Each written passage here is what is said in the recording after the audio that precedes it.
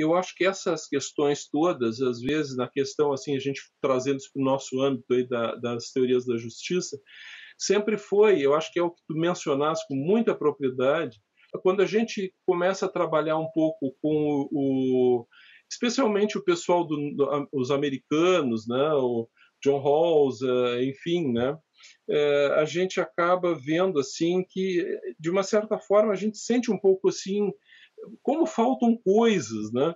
Eu, particularmente, me associo mais às ideias comunitaristas, né? Uhum. Mas eu vejo assim que isso é importante a gente mesmo trabalhar coisas mais nossas aqui, né?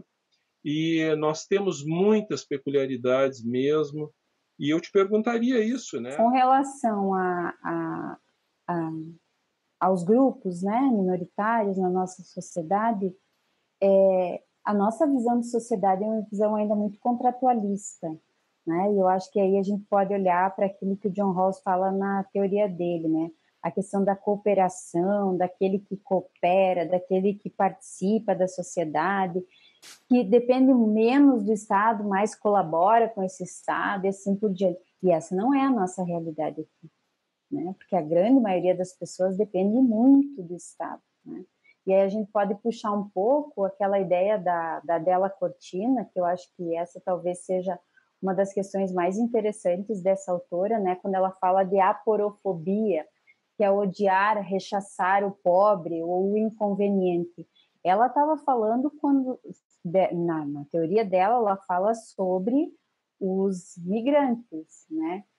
Mas nós podemos olhar ao longo da obra dela que isso não se dá só com relação a esses grupos, né? E há muitos outros grupos na sociedade que estão nessa condição de mais depender do Estado do que propriamente colaborar com esse Estado, né? E essa é uma questão que gera, né, questionamentos. Bom, como que o tempo todo esses grupos vão ficar dependentes desse Estado, né? Então, essa ideia de aporofobia, eu acho que é uma ideia muito presente na nossa sociedade, porque nós temos, sim, essa visão contratualista muito, é parte ainda das nossas organizações, né, no sentido de dizer, sim, devemos cooperar, sim, devemos ser participativos, sim, devemos estar, né, nesse contexto de cooperação mútua, dependendo o menos possível, né, desse Estado. Mas não é bem assim quando a gente olha para a nossa realidade, né? É preciso, muitas vezes, para que as pessoas tenham um mínimo de dignidade, se garanta bem-estar, é preciso que o Estado, sim, olhe para essas pessoas. E pode ser que essas pessoas nunca vão dar esse retorno para o Estado, nunca vão cooperar e, sim, muito mais vão depender, né? Então, eu acho que isso também é uma questão que nós devemos enfrentar. E nós não enfrentamos de uma maneira intensa, porque essa privação, essa pobreza, ela pode ser multidimensional, né? Porque às vezes o sujeito pode depender ou estar jogado numa condição de privação social, ou de privação política, de privação econômica, e pode ser de privação ambiental também, né? Que é uma das questões que você traz aí no final da tua fala. Quer dizer, às vezes o ambiente onde essa pessoa está inserida pouco colabora para que essa pessoa tenha uma vida digna, né?